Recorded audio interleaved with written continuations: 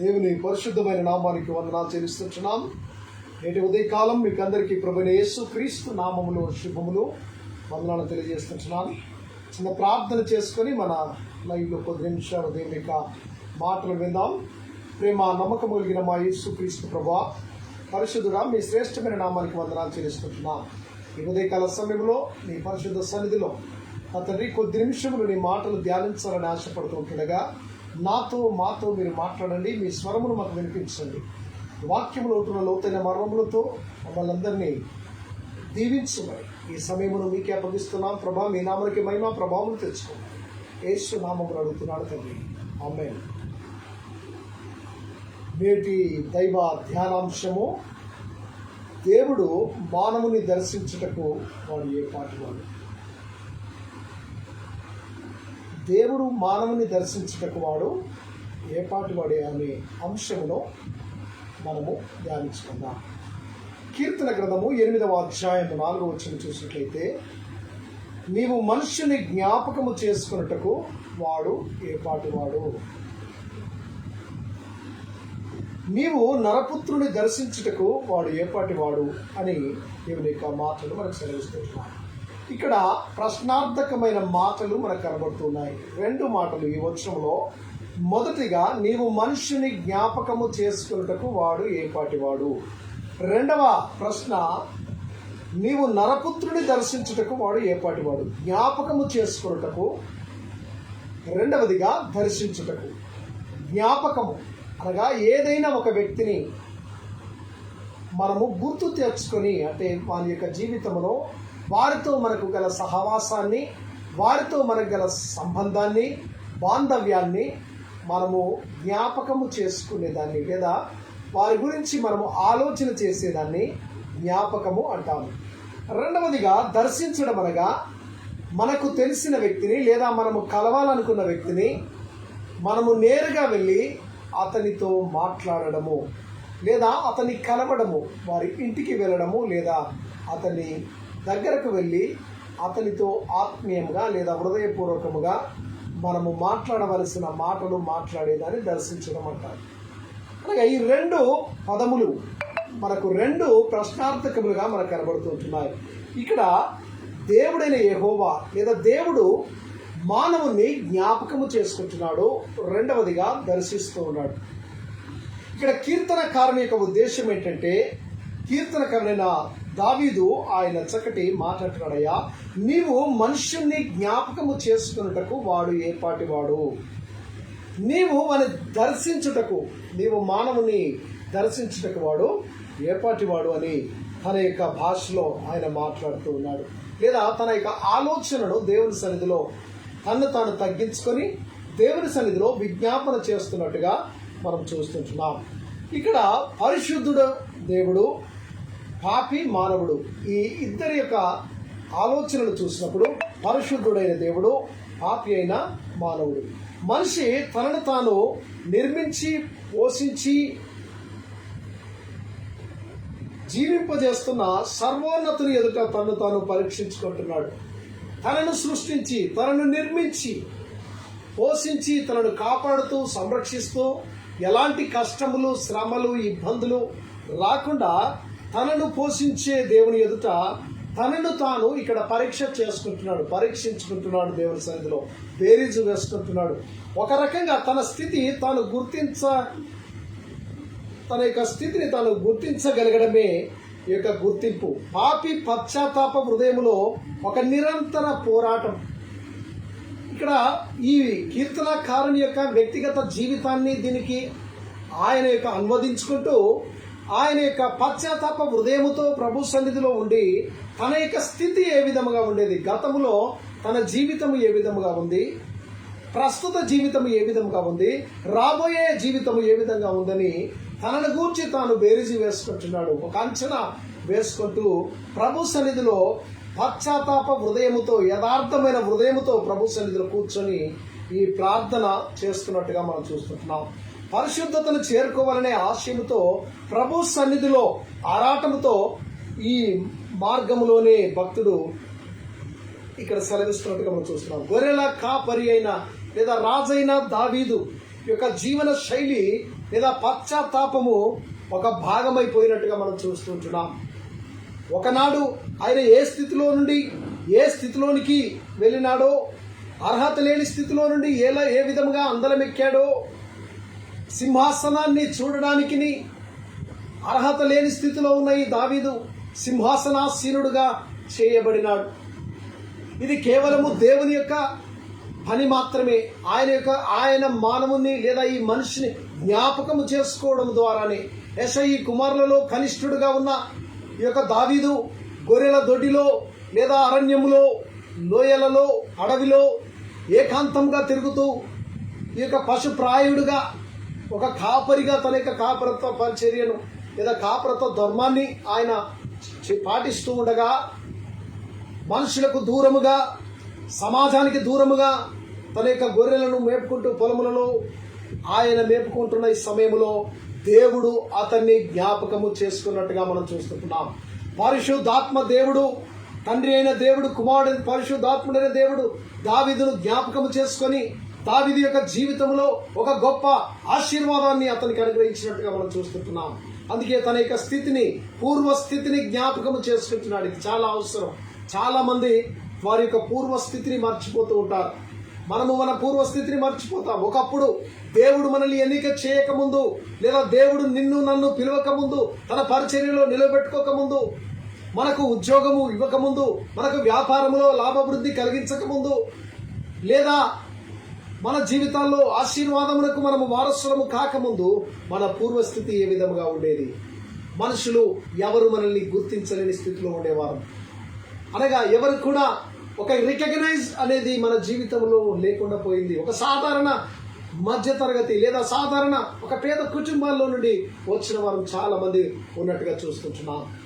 ఆ స్థితిలో నుండి దేవుడు నిన్ను తీసుకొని వచ్చి ఈ రోజు అత్యున్నత సింహాసనం మీద, ఒక మంచి ఉద్యోగంలో, ఒక మంచి వ్యాపారంలో, ఒక మంచి ఉన్నత స్థితిలో వస్తే ఆ పూర్వస్థితిని మర్చిపోతూ ఉంటారు. దేవుడు చేసిన మేలును, కృతజ్ఞతను మరిచి కృతజ్ఞతహీనులుగా ప్రజలు నేడు తయారవుతున్నట్టుగా మనం చూస్తున్నాం. కానీ ఇక్కడ దావీదు అంటున్నాడు, అయ్యా నీవు మనుషుని జ్ఞాపకము చేసుకున్నటకు వాడు ఏ పాటి వాడు, నీవు నన్ను జ్ఞాపకము చేసుకున్నటకయ్యా నా జీవితము ఎంత అల్పమైనది. అసలు నా జీవితము ఏ పాటిది నీ సన్నిధిలో? మహోన్నతుడైన దేవుడు, సృష్టికర్త అయిన దేవుడు సర్వాన్ని సృష్టించాడు. భూమి ఆకాశములను సృష్టించి దానిలో ఉన్న చరాచర జగత్తును సృష్టించిన ఆ మహాత్ముడు ఒక మానవుని సృష్టించాడు. ఆ సృష్టిలో మానవుడు ఒక అణువు, పరమాణువుతో సమానంగా ఉన్న ఈ మానవుని నీవు జ్ఞాపకం చేసుకున్నటకు నేను ఏ పాటి వాడను అయ్యా?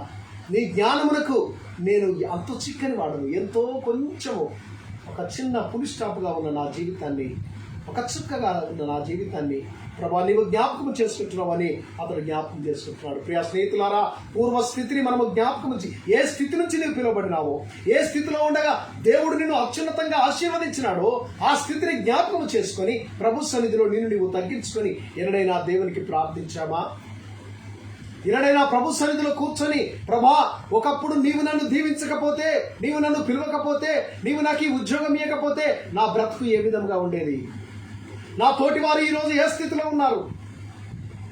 ఒక నిరక్షరాస్యునిగా, లేదా ఒక పేదవాడిగా, ఒక దౌర్భాగ్యునిగా నా జీవితము ఈ రోడ్ల మీద ఉండేదేమో. కానీ నీవు నన్ను దీవించావు, మంచి విద్యనిచ్చావు, మంచి ఆరోగ్యం ఇచ్చావు, ఆశీర్వాదం ఇచ్చావు, నా తల్లిదండ్రులను దీవించావు, నా కుటుంబాన్ని దీవించావు. కనుక ఈరోజు ఈ స్థితిలో నేను నిలబడతానని ఎంతమంది దేవుని సన్నిధిలో పశ్చాత్తాప హృదయంతో వస్తున్నారు? ఒకసారి ప్రియ స్నేహితుడా, మన స్థితిని మనం జ్ఞాపకం చేసుకోవాలి. దావీదైతే తను నిత్యము తల పోసుకుంటూ ఉంటున్నాడు తన స్థితిని. దేవా, ఎక్కడో ఉండవలసిన వాడును, గొర్రెల దొడ్డిలో ఆ రొచ్చులో బ్రతికిన నన్ను ఉన్నత స్థితిలోనికి తీసుకుని వచ్చి ఒక మహారాజును చేశావు. గొప్ప ఆశీర్వాదం ఇచ్చావు, గొప్ప ఔన్నత్యాన్ని ఇచ్చావు, గొప్ప రాజ్యమును ఇచ్చావని దేవునికి కృతజ్ఞత చెల్లిస్తున్నట్టుగా మనం చూస్తుంటున్నాం. ప్రియా స్నేహితుడా, సమూయేలు రాసిన 2వ గ్రంథము 7వ అధ్యాయము 18-19 వచనాల్లో చక్కటి మాట మనకు కనబడుతుంది. దావీదు రాజు లోపల ప్రవేశించి యెహోవా సన్నిధిని కూర్చుండి ఈలాగున మనవి చేసెను, నా ప్రభువా యెహోవా, ఇంతగా నీవు నన్ను హెచ్చించుటకు నేనెంతటి వాడను? నా కుటుంబము ఏ పాటిది? చక్కటి మాట 18వ వచనంలో అంటున్నాడు, అయ్యా దేవుని సన్నిధిలోనికి వచ్చాడు ఒక రాజుగారు, రాజ్యాధికారము కలిగిన వాడు. ఉదయం లేచి దేవుని సన్నిధిలో కూర్చొని దేవునికి విజ్ఞాపన చేస్తూ ఉన్నాడు. ఏమనంటే, నా ప్రభువా యెహోవా నన్ను ఇంతగా ఆశీర్వదించుటకు, ఇంతగా దీవించుటకు, నా శత్రువులు నాపైన విజయము సాధించకుండా, నా ప్రాణము పోయి ఆ గాఢంధకారములో నా ప్రాణహాని, అనేక సమయంలో ప్రాణమును తీయజూసిన శత్రువుల చేతిలో నుండి, క్రూర మృగముల చేతిలో నుంచి, కుమారుడైన అభిషాలోము యొక్క చేతిలో నుంచి, లేదా శత్రురాజుల యొక్క చేతిలో నుంచి నన్ను, నా రాజ్యమును కాపాడి నన్ను దీవించి ఇంత ధనము, ఇంత ఆస్తి, ఇంత ఆశీర్వాదము, ఇంత అంతస్తు, భార్య బిడ్డలతో చక్కగా రాజ్యములో సుక్షేమముగా నేను పరిపాలన చేసుకున్నటకు, నీవు నన్ను ఇంతగా ప్రేమించుటకు, ఇంతగా నీవు నన్ను హెచ్చించుటకు నేను ఎంతటి వాడును. ఇది తగ్గింపు జీవితము. క్రైస్తవ జీవితములో తగ్గింపు జీవితం ఉండాలి. దేవుడు చేసిన మేలుకు కృతజ్ఞత చెల్లించాలి. 116వ కీర్తన కృతజ్ఞతా కీర్తన.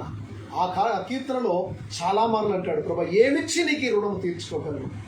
వేలాది పొట్టేళ్ళనా, వేలాది దూడలనా, ఏమిచ్చినను నీకు ఈ రుణము తీర్చుకోగలుగుతాను. దీనికి నలిగిన బలియాగముగా నా హృదయాన్ని నీకు అర్పిస్తానని భక్తులు సెలవిస్తుంటున్నాడు. నా ప్రజలందరి ఎదుటనే నేను కృతజ్ఞత పూర్వకముగా, ప్రజలందరి ఎదుట నీకు నేను కృతజ్ఞత స్తోత్రములు చెల్లిస్తానని కీర్తనకారుడు సెలవిస్తున్నట్టుగా మనం చూస్తుంటున్నాం. దావీదుకు చాలా ఇష్టము దేవుని ఆరాధించడము, దేవుని స్తుతించడము, సంతోషము కలిగిన దుఃఖములో అయినా బాధలో అయినా దేవుని ఆరాధించడము దావీదు యొక్క ముఖ్య కర్తవ్యముగా అతను చూసేవాడు. అందుకే దావీదు దేవునికి హృదయానుసారుడుగా ఉన్నట్టుగా పరిశుద్ధ లేఖనం మనకు బోధిస్తుంది. ఆయన దేవుని సన్నిధిలో కూర్చున్నాడు. ఇంతగా నన్ను రక్షించటకు ఏ పాటిదానయ్యా, ఏ పాటి వాడనయ్యా, నా జీవితం ఎంతది, ఒక అల్పమైన జీవితం, ఒక తేలికైన జీవితం, ఇంతలో కనబడి అంతలో మాయమైపోయే ఒక గడ్డి పువ్వును పోలి ఉన్న నా జీవితం, ఒక ఆవిరి లాంటి జీవితము.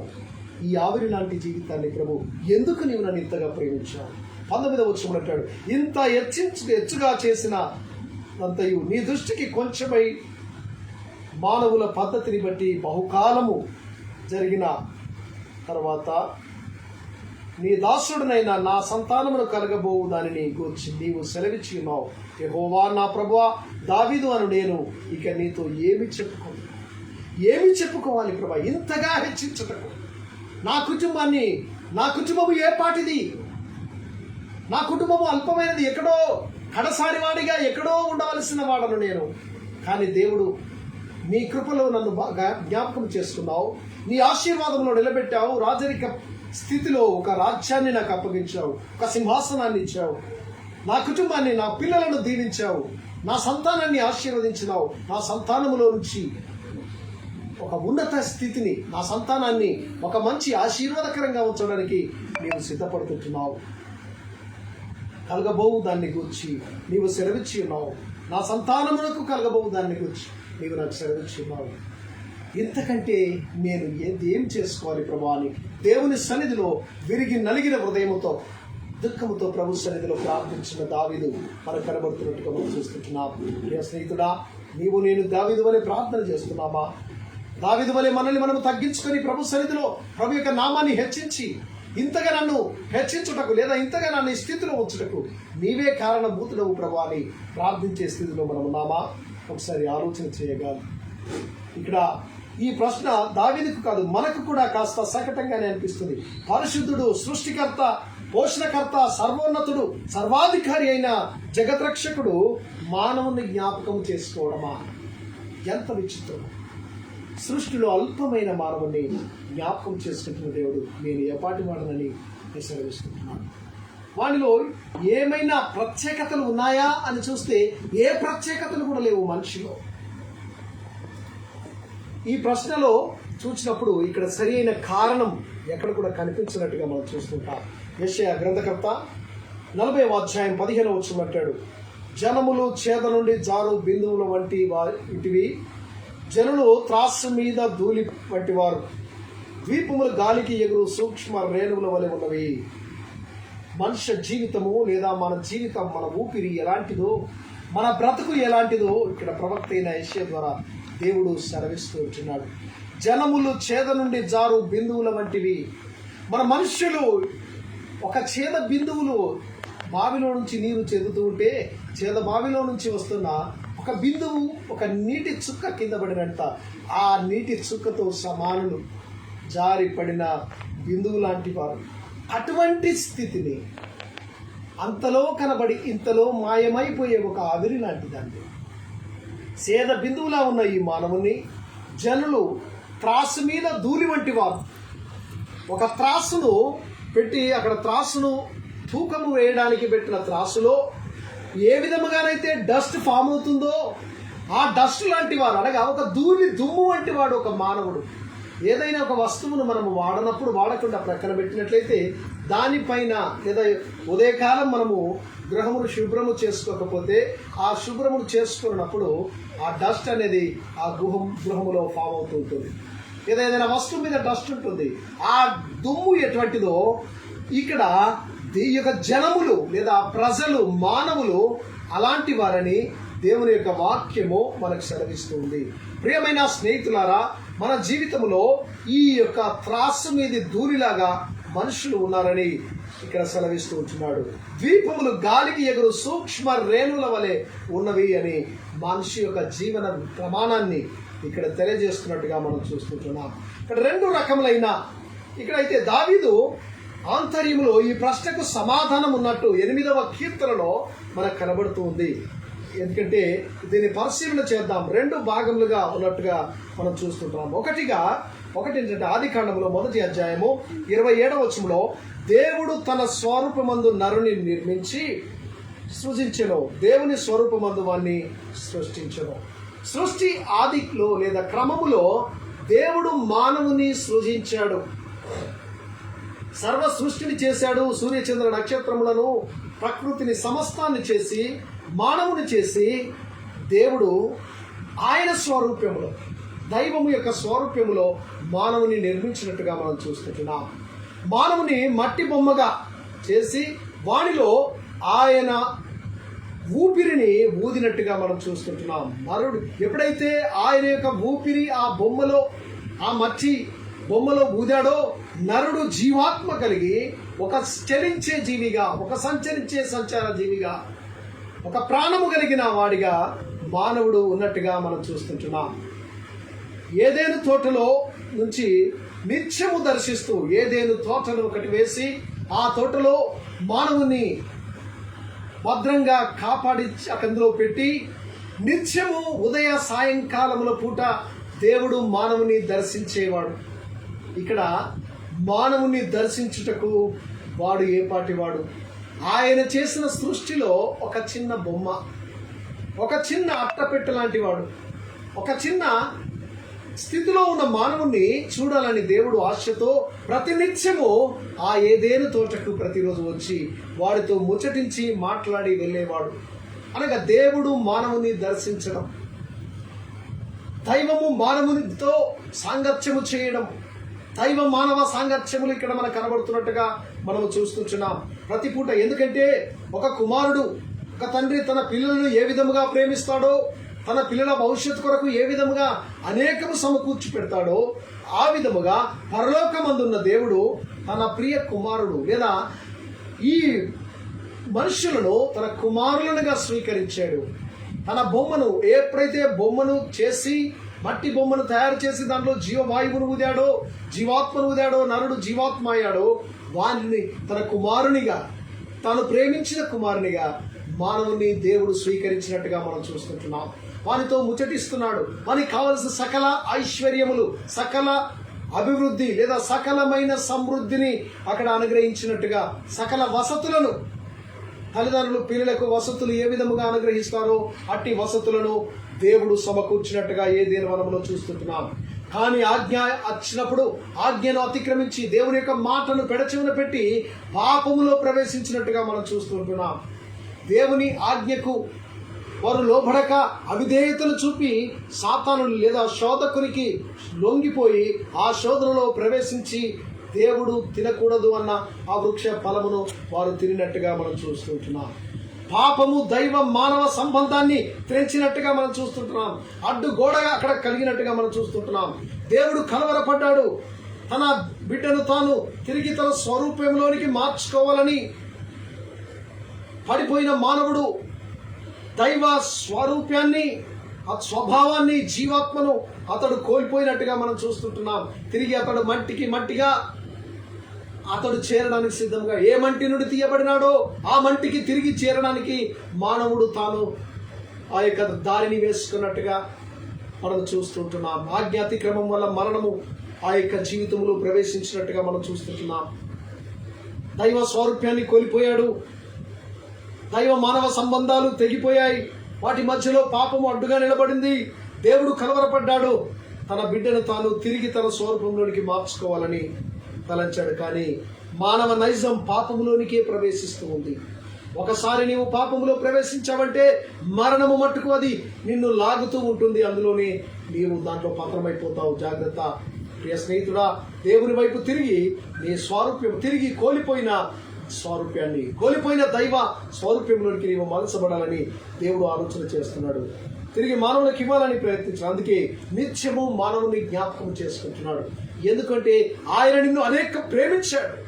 తన ప్రాణం ఎంతగా మానవుని ప్రేమించాడంటే యోహాను సువార్త 3వ అధ్యాయం 16వ వచనం అంటాడు, దేవుడు లోకమును ఎంతో ప్రేమించాడు. ఎంతో అనగా అవధులు లేని ప్రేమ, కొలతలు లేని ప్రేమ, దానికి అంతమంటూ లేదు, హద్దు అంటూ లేదు. హద్దు లేకుండా తన ప్రాణాన్ని ఇచ్చినంతగా, అనగా చివరి రక్తపు బొట్టు అడుపునంతగా మానవుని దేవుడు ప్రేమించినట్టుగా మనం చూస్తుంటున్నాం. ఆయన నిన్ను అంతగా ప్రేమించాడు గనుక ఆయన నీ కొరకు ప్రాణం ఇచ్చాడు. అందుకే నీ కొరకు తన త్యాగము, పరలోకమును విడిచాడు, భూమి మీదికి వచ్చాడు. అందుకే ఆయన నీ కొరకు సమస్తాన్ని ధారపోసాడు. కనుక నీ కొరకు ఆయన ఒక ఉద్దేశమును కలిగి ఉన్నాడు. అందుకే మానవుని జ్ఞాపకము చేసుకుంటున్నాడు. ప్రియ స్నేహితుడా, దశలోనికేలకు రాసిన మొదటి ఉత్తరము 3వ అధ్యాయం 9-10 వచనాలు అంటాడు, మేము మీ ముఖము చూచి మీ విశ్వాసములో ఉన్న లోపమును తీర్చున్నట్లు అనుగ్రహించుమని రాత్రింబగలు అత్యధికముగా దేవుని వేడుకొనుచుండగా మన దేవుని బట్టి మేము వేడుకుంటున్నాం. ఏంటంటే మేము మీ ముఖమును చూచి మీ విశ్వాసములో ఉన్న లోపము తీర్చినట్లు అనుగ్రహించమని రాత్రింబగలు అత్యధికంగా దేవుని వేడుకొనుచు ఉంటున్నాం. దేవుని సన్నిధిలో నిత్యము, ఓ తెస్సలోనికే సంఘస్థులారా లేదా సంఘమా, మేము నిత్యము మీ కొరకు రాత్రింబగలు దేవునికి ప్రార్థన చేస్తూ ఉంటున్నాం. రాత్రింబగలు ప్రభు సన్నిధిలో విజ్ఞాపన చేస్తుంటున్నాం. మీ యొక్క ఆనందము నిమిత్తము దేవునికి తగినట్టుగా కృతజ్ఞతాస్తుతులు ఎలాగూ చెల్లింపగలము. మీరు పడిపోకుండా, సాతాను శోధనలోనికి చిక్కుకోకుండా ఉండాలని నిత్యము మేము కొరకు ప్రార్థన చేస్తున్నామని అపోస్తలుడైన పౌలు ఈ తెస్సలోనికే సంఘానికి ఉత్తరము రాస్తున్నట్టుగా మనం చూస్తుంటున్నాం. యాకోబు రాసిన పత్రిక 3వ అధ్యాయం 2వ వచనం అంటాడు, అనేక విషయములలో మనమందరము తప్పిపోవచ్చున్నాము. ఎవడైనను మాట యందు తప్పినడలా అటివాడు లోపము లేనివాడై తన సర్వ శరీరమును స్వాధీనపరచుకున్న శక్తి గలవాడగును. జాగ్రత్త, అనేక విషయములో మనమందరము తప్పిపోవచ్చున్నాం. దేవుని సన్నిధిలో ఏదో ఒక విషయంలో, ఏదో ఒక ఆలోచనలో, ఏదో ఒక తలంపులో దేవునికి సరి అయిన విధానములో మనం నడవలేకపోతున్నాం. ఒక్కొక్కడు ఒక్కొక్క స్థితిలో జారిపోతున్నారు. దేవుని దగ్గర నుండి దూరం అయిపోతున్నారు. ప్రియ స్నేహితుడా, నీవు దూరం అయిపోతున్న నీవు దైవ సహవాసంలో పెంపబడాలని మేము ఆశపడుతూ ఉంటున్నాం. తప్పిపోతున్నాం. ఎవడైనాను మాట యందు తప్పినేడలా అట్టివాడు లోపము లేనివాడై తన సర్వ శరీరము స్వాధీనపరచుకున్న శక్తి గలవాడగును. ఆ మాటల్లో తప్పుతున్నావా, నీ క్రియల్లో తప్పుతున్నావా, నీ ఆలోచనలో తప్పుతున్నావా, వాటి నుంచి సరి చేసుకొని దేవుని ఎదుట నీవు సరి చేసుకొని దేవుని సన్నిధిలో నిలబడు. దేవుడు నిన్ను శక్తి గలవానిగా, ఒక గొప్ప ఆశీర్వాదకరంగా దేవుడు నిన్ను దీవించబోతున్నాడు. దేవుడే మానవ రూపంలోనికి వచ్చాడు. యేసు అని తన ప్రియ కుమారుని లోకంలోనికి పంపాడు. ఎందుకంటే పోగొట్టుకున్న నీ దైవ స్వభావాన్ని, పోగొట్టుకున్న దేవుని ఆత్మను, పోగొట్టుకున్న నీ జీవిత స్థితిని తిరిగి దేవుడు ఇవ్వడానికి, తెగిపోయిన దైవ మానవ సంబంధములు సమకూర్చడానికి మధ్యవర్తిగా పరలోకమందున్న దేవుడు భూమి మీదికి వచ్చాడు. ఇది ప్రజల వద్దకు పాలన, PPP అంటాం, అనగా ప్రజల వద్దకు పాలన వచ్చింది. ఈ మధ్యలో దైవ గ్రంథంలో ఉన్న అనేక మాటలు మన గవర్నమెంట్ వారు ఉపయోగిస్తున్నట్టుగా మనం చూస్తుంటున్నాం. ప్రజల వద్దకు దేవుడు వచ్చాడు. ఆయన పరిపాలనే, పరలోకమందున్న దేవుడు ప్రజల వద్దకు వచ్చి వారి మధ్యలో ఉండి వారితో కలిసి పరిపాలన చేశాడు. అందుకే ఆయన ఫిలిప్పీయులకు రాసిన పత్రిక 2వ అధ్యాయం 7వ వచనం అంటాడు, మనుషుల పోలికగా పుట్టి దాసుని స్వరూపం ధరించుకొని తన్ను తాను రిక్తినిగా చేసుకున్నాడు. ఉన్నతుడైన దేవుడు, సృష్టికర్త అయిన దేవుడు నీ కొరకు, నా కొరకు ఒక దుమ్ము లాంటి వాడు, త్రాసు పైన దుమ్ము లాంటి నీవు, సేద బిందువు లాంటి నీ కొరకు మనుషుని జ్ఞాపకం చేసుకున్నట్టుకు వాడు ఏ పాటి వాడయ్యా అని దావీదు అంటున్నాడు. ఆ ఏ పాటి వాడను, ఏ పాటి దానని మనం అంటుంటే, వారి కొరకు దేవుడు పరలోకమును విడిచి భూమి మీదకి వచ్చాడు. మనుషుల మధ్యలో ఆయన నివాసము చేయడానికి వచ్చాడు. ఆయన తను తాను రిక్తిగా ఏమిటి ఖాళీ చేసుకున్నాడు. దైవత్వాన్ని పక్కన పెట్టాడు, దైవ మహిమను ఘనతను పక్కన పెట్టాడు. ఆయన ఏమి లేని వానిగా అంటాడు, మనుష్య కుమారుడు తలవార్చుకున్నట్టుకు స్థలం లేదు. పక్షులకు గూళ్ళు ఉన్నాయి, ఆకాశ పక్షులకు, మనుషులకు ఇల్లు ఉన్నాయి. ఆకాశ పక్షుల గూళ్ళు, వానకోవిల ఇంటి స్థలం ఉంది. కానీ మనుష్య కుమారుడు తన వాల్చుటకు కొంచెమైనను స్థలము లేకపోయాడు. ఏమి లేని వానిగా ఒక మధ్య తరగతి కుటుంబం, ఒక పేద కుటుంబంలో తాను జన్మించినట్టుగా మనం చూస్తూ వచ్చినాం. ప్రియ స్నేహితుడా, ఎందుకంటే నిన్ను ధనవంతులు చేయటకు, లేదా నన్ను ధనవంతులు చేయటకు, మనల్ని ఆశీర్వదించుటకు, మనల్ని ఉన్నతులుగా చేయటకు, మనల్ని గణపరచుటకు ఆయన గణహీనుడుగా ఈ లోకంలో చేయబడినాడు. కనుక దేవుని యందు ఆయన స్వరూపంలో మలచబడటకు మనల్ని మనం సిద్ధం చేసుకోవాలి. రోమా పత్రిక 12వ అధ్యాయం 2వ వచనం అంటాడు, మీరు ఈ లోక మర్యాదను అనుసరింపక ఉత్తమమును, అనుకూలమును, సంపూర్ణమైన దేవుని చిత్తమేదో పరీక్షించి తెలుసుకున్నాడు. మీ మనస్సు మారి నూతన మగుట వలన రూపాంతరము పొందుతారు.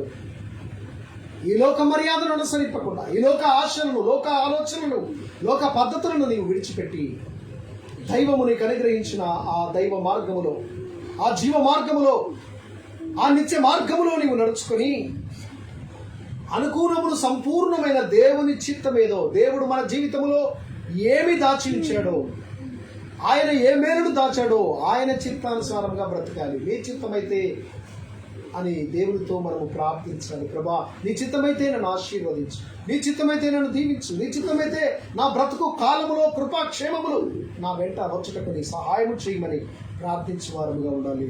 దేవుని చిత్తమేదో తెలుసుకోవాలి.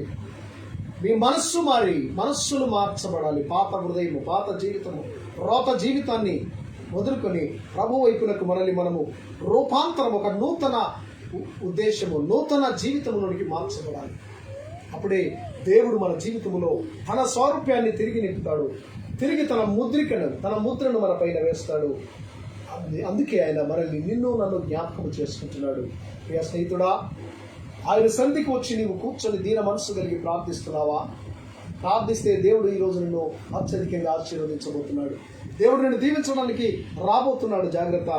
రెండవదిగా, తన నిర్మాణంలో ఉన్న మానవునికి దేవుడు తన అధికారాన్ని, ఆధిపత్యాన్ని పరిపూర్ణంగా ఆయన అందించినట్టుగా మనం చూస్తుంటున్నాం. ఆదికాండం 1వ అధ్యాయం 26వ వచనం అంటాడు, దేవుడు తన స్వరూపమందు మన పోలిక చొప్పున నరులను చేయదము, వారు సముద్ర చేపలను, ఆకాశ పక్షులను, పశువులను, సమస్త భూమి మీద ప్రతి జంతువులు ఏలుదురుగా కానీ పలికెను, వాటికి నామకరణము చేయుటకు అతనికి అధికారం ఇచ్చాడు.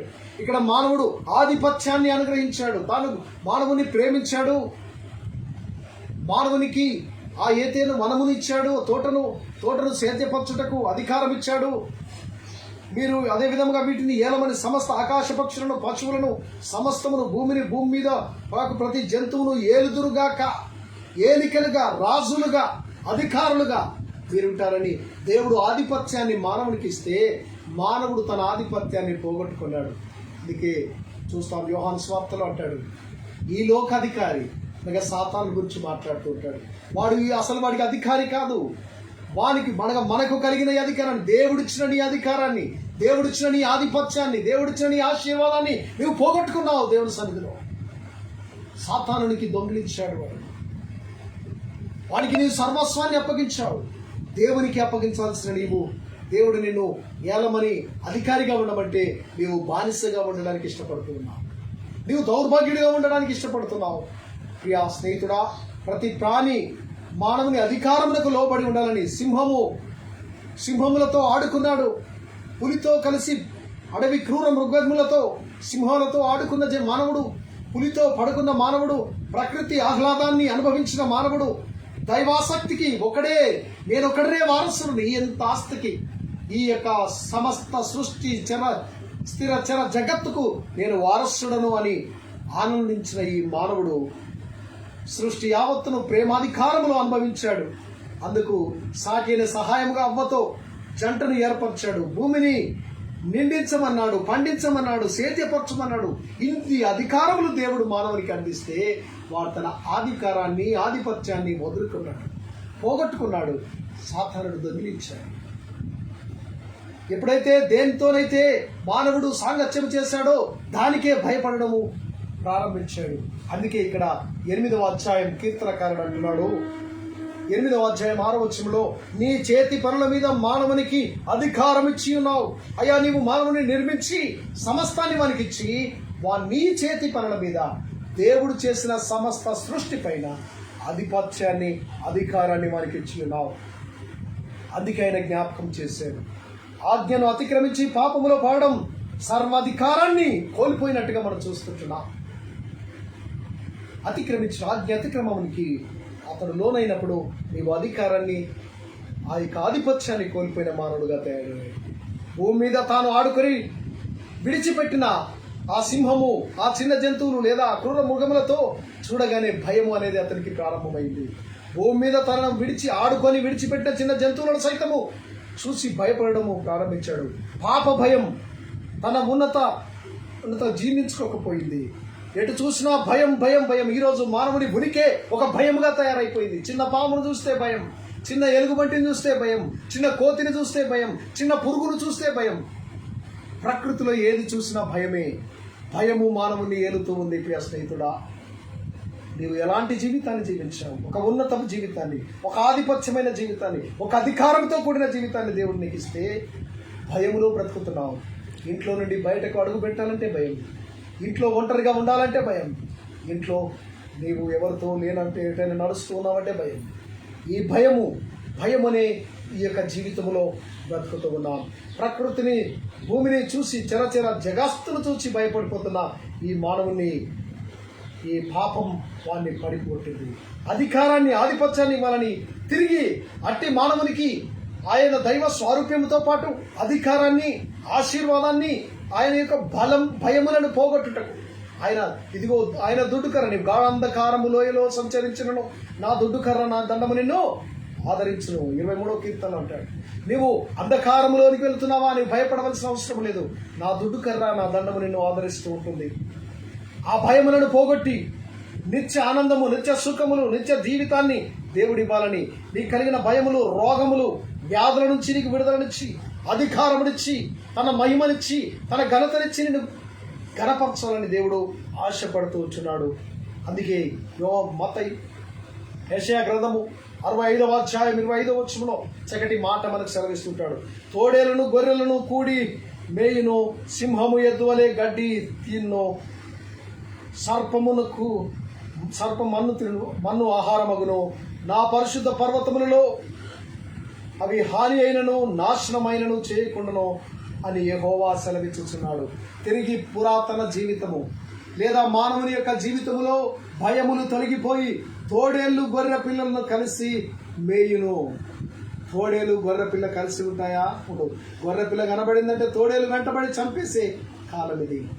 తిరిగి సృష్టి ప్రారంభములో ఏ విధముగానైతే ఒకటికొకటి సహవాసము కలిగి ఉన్నాయో ఆ సహవాసము తిరిగి పునరుద్ధరిస్తాను. ఆ క్రూరత్వాన్ని తొలగించి తోడేలు గొర్రెపిల్ల రెండు కలిసి గడ్డి మేస్తాయి, సింహము ఎద్దు వలె గడ్డి మేయును. ఇక్కడ ఒకదాన్ని ఒకటి చంపుకునే స్థితి కాదు, క్రూరత్వము లేదు, ఇక్కడ ప్రేమ. ఇక్కడ రెండు కలిసి గడ్డి మేస్తూ ఉంటాయి. సింహము ఎద్దు వలె గడ్డి తిను, సర్పమునకు మన్ను ఆహారమగును అని నా పరిశుద్ధ పర్వతములో అవి హాని అయినను నాశనమైనను చేయకుండానని యెహోవా సెలవిస్తున్నాడు. తిరిగి ఆ ఆధిపత్యాన్ని, ఆ మొదటి ఉనికిని తిరిగి సమకూర్చాలని దేవుడు ఆశపడుతుంటున్నాడు. ప్రియ స్నేహితుడా, దేవుడు నీతో ఉండాలనుకుంటున్నాడు. నీవు దేవునితో ఉంటున్నావా? దేవుడు నిన్ను దర్శించాలనుకుంటున్నాడు. దేవుడు నీతో మాట్లాడాలనుకుంటున్నాడు. దేవుడు నీతో ముచ్చటించాలనుకుంటున్నాడు. నీ హృదయాన్ని దేవునికి ఇస్తున్నావా? నీ మనసును, నీ తలంపులు, నీ ఆలోచనలు దేవునికి ఇస్తున్నావా? ఒకసారి ఆలోచన చేయండి. ప్రకటన గ్రంథము 21వ అధ్యాయం 3వ వచనం చివరిగా చెప్పి ముగించుకుందాం. ప్రకటన గ్రంథం 21వ అధ్యాయం 3వ వచనం అంటాడు, అప్పుడు ఇదిగో దేవుని సింహాసనము మనుషులతో కూడా ఉన్నది. ఆయన వారితో కాపురముడును, వారాయన ప్రజలైందును. దేవుడు తానే వారి దేవుడైండి వారికి తోడైండును. Wonderful word. ఇక్కడ అంటున్నాడు దేవుని నివాసము, దైవ నివాసము, పరలోకములో ఉండవలసిన నివాసము మనుషులతో కూడా ఉన్నది. మనుషుల మధ్యలో ఆయన రాబోతున్నాడు. ఆయన నివాసము సర్వాధికారి, సర్వ సృష్టికర్త అయిన దేవుడు పరలోకములో నుండి భూలోకములోనికి వచ్చి నిన్ను నన్ను దర్శించుటకు, నిన్ను నన్ను తాకి తిరిగి తన స్వారూప్యంలో తన ముద్రికలో ముద్రించుటకు ఆయన మన మధ్యలోనికి రాబోతున్నాడు. ఆయన వారితో కాపురముండును. ఆయన మనతో నివాసము చేయడానికి వస్తున్నాడు. వారాయన ప్రజలయ్యుందురు, మనం ఆయన ప్రజలముగా. దేవుడు తానే వారి దేవుడేంటి, వారికి తోడైండును. మనకు తోడై ఉండడానికి ఇమ్మానుయేలు అనే దేవుడు మన మధ్యలోనికి రాబోతున్నాడు. మన మధ్యలోనికి వచ్చాడు, మనల్ని సంరక్షించాడు, తిరిగి రాబోతున్నాడు. నిన్ను నన్ను తనతో కలిసి మనతో నివాసం ఉండుటకు పరిశుద్ధాత్మ దేవుడు సహవాసము కోరుకుంటున్నాడు. అట్టి దైవ సహవాసములో నీవు నేను ఉన్నామా? ఒకవేళ సహవాసము నుంచి పారిపోతున్నామా? పారిపోతే దేవుని నివాసము మనుషుల మధ్యలో ఉంది కనుక అది గుర్తెరిగి దేవుని ఆరాధించేవారుగా ఉండండి, దేవుని స్తుతించేవారుగా ఉండండి. అట్టి కృప పరిశుద్ధాత్మ దేవుడు మనకు నిర్వహించుగాక. ఆమేన్.